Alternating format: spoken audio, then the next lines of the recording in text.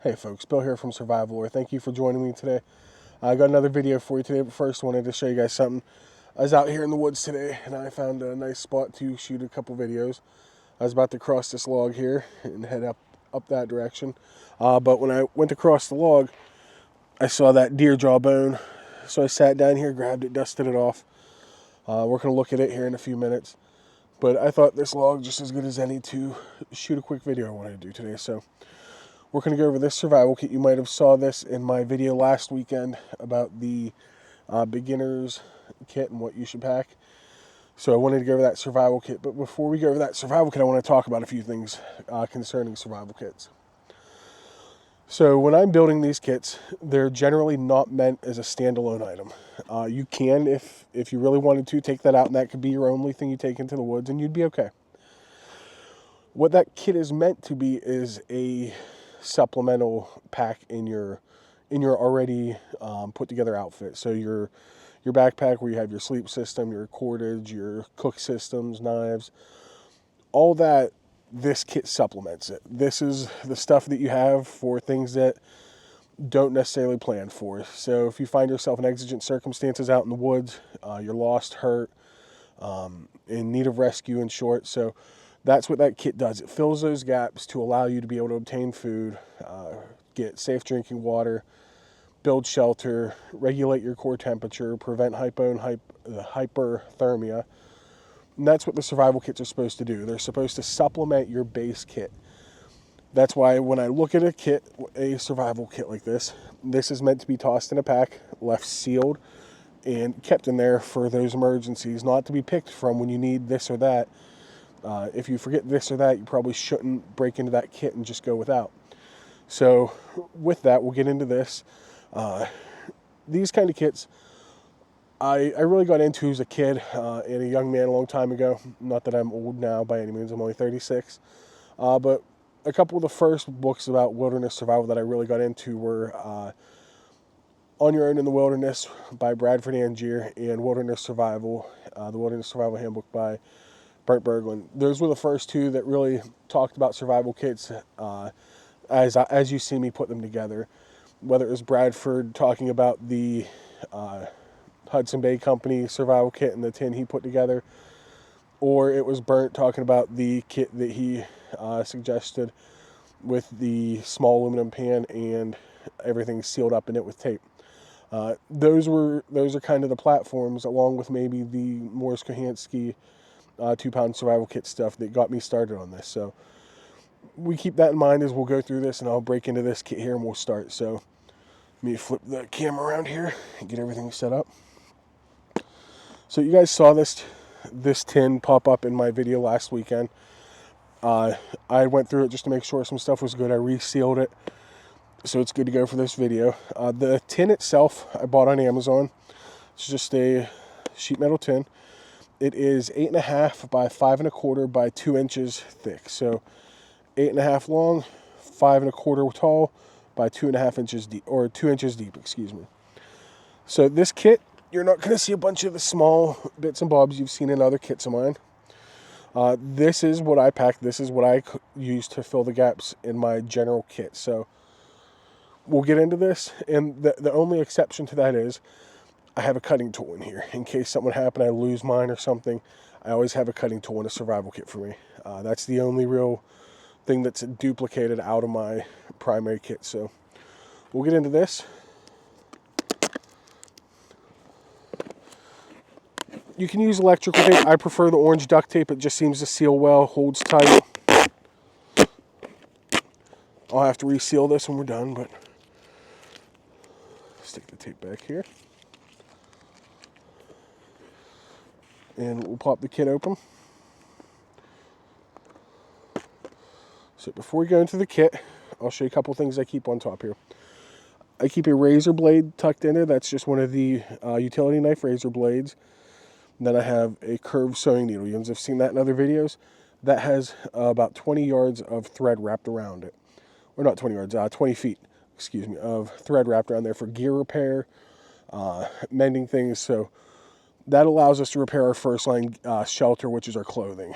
This is going to give us a precise cutting tool If we have to cut, if we have to remove something from an appendage or something, we get a sticker, something stuck in us. It's going to give us a very sharp, precise blade to get in there and get that out with, on top of just being able to be used as a cutting tool.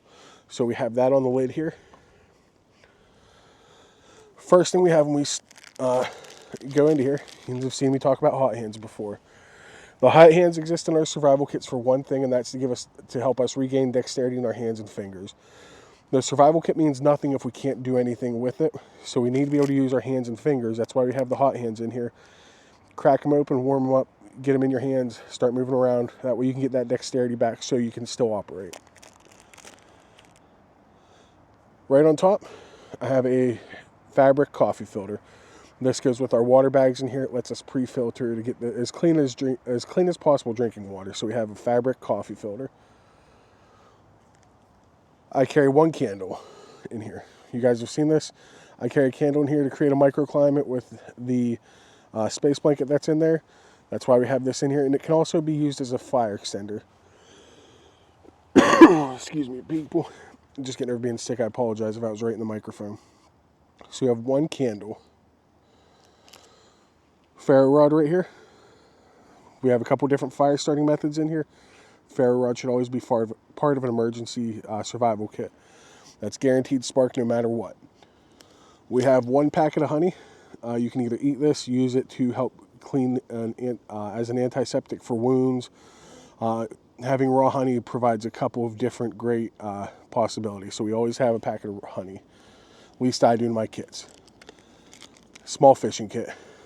Same one. This is what I work. It works around here for small trout.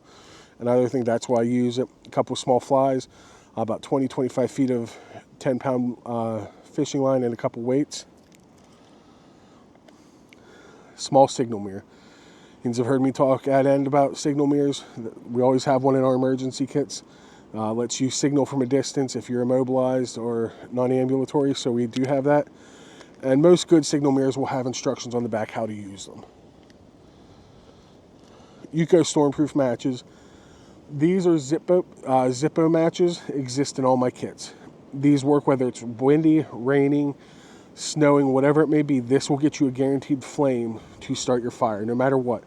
So for me, this is actually the most important fire starter in our kit. It's not the one our primary fire starter, but it's the most important because it's the one that provides us the ability to have that guaranteed flame in harsh conditions.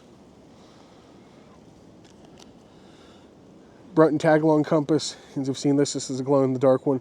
Something to let you find your general direction if you know where you're at, and let you navigate out of a situation. So having a compass is a key part of a survival kit for me.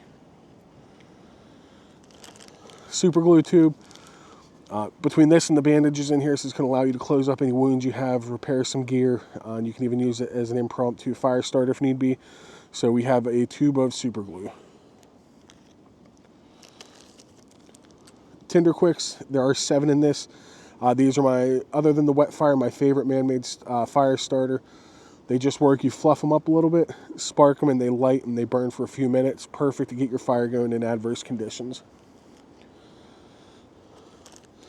A couple large safety pins. I think we have 5 or 6 in here. That's going to let you repair gear, make improvised fishing hooks, run a fishing line, build an improvised fishing rod. Whatever it may be, we have that ability.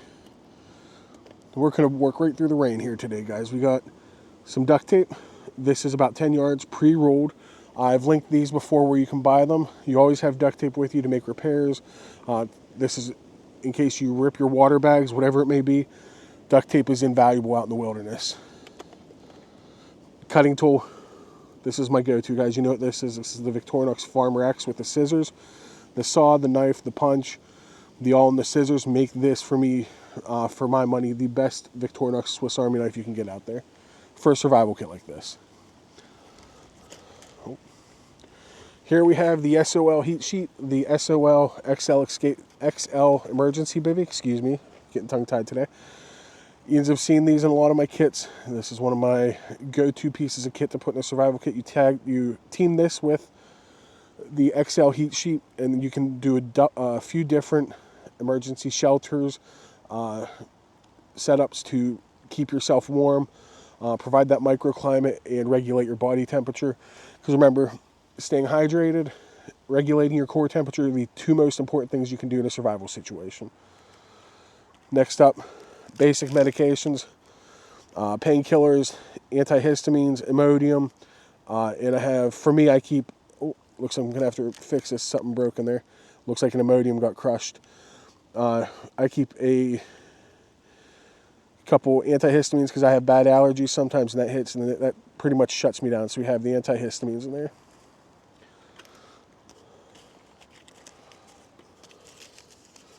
We have 40 aqua tabs. So we have the ability to make safe 40 liters of water. So we want to be able to remember hydration and core temperature regulation are the two most important things. So we have 40 aqua tabs. We pair those 40 aqua tabs with there are two here, 1 liter Whirl-Pack bags. That gives us the ability to store some water, have some water on hand, and that way we can stay hydrated. We don't have to keep moving from our shelter to go do that. Aluminum foil, just a small piece. I think this is 4 foot by I think 20 inches, and this is heavy duty, so it's a little heavier. You can use this to make a cooking container, a windscreen, a number of different things. So aluminum foil, you can also use it to improvise some fishing hooks along with your safety pins. So 45 foot of number 18 bank line. This is what I carry. This is my preferred go-to in a kit like this. It's perfect for stringing up your emergency blanket and setting up a lean-to and a number of other improvised shelters. Small photon light. We've talked about this before. Bang for your buck. There's not a better flashlight to put in a survival kit for my money than this guy. Giving you the ability to work at night, work in the dark. This is going to go a long way towards helping you out. Fresnel lens. I've talked about these. They take up no space and provide you infinite fires with solar ignition. So we always have these in every one of our kits. That's non-negotiable. Blistex, just some lip balm. Chapped cracked lips, chapped skin, cracked fingers and stuff. This lets you put that on there. This is medicated, lets you heal those up. And in a pinch, you can use this to kind of wax some tinder to get that going. So multiple options, and you can use that for your blades as well. XL heat sheets from SOL. You guys know this. These are the go-to emergency blankets. I don't think there's really another option. They are more expensive, but they're worth their weight. So SOL XL heat sheets, that's our main shelter in this kit. We just have an assortment of bandages. You want to keep your hands working well. If you get cut, you want to clean them up. That way stuff doesn't happen, you don't get infected. And then we have a Bic lighter. I leave these in here in my kit. This gives me an extra fire starter. It prevents the trigger from being handled in here. So I always leave those in the packaging in my survival kits, in my personal kits. If you're in a pinch and you want to make stuff fit, you can take it out of there. I don't. I'd rather take up a little space and have that in there. A small titanium whistle, super loud. If you're trying to help, if you're trying to get help and you hear people, you blow on this. This is going to last a lot longer than your voice trying to scream. So, and lastly, we have our snare wire, which you see me put in every one of my kits. The ability to improvise snares to gain food. And the rain's picking up now, guys. You can see it. That's huge. So thank you guys. If you have questions, please drop them in the comments below. I'm going to go get under my tarp back here and get things cleaned up, wipe everything down. But thank you, folks. If you have questions about this kit, please drop them in the comments. I appreciate all the support you guys have shown me. Thank you, and I'll see you in the next video.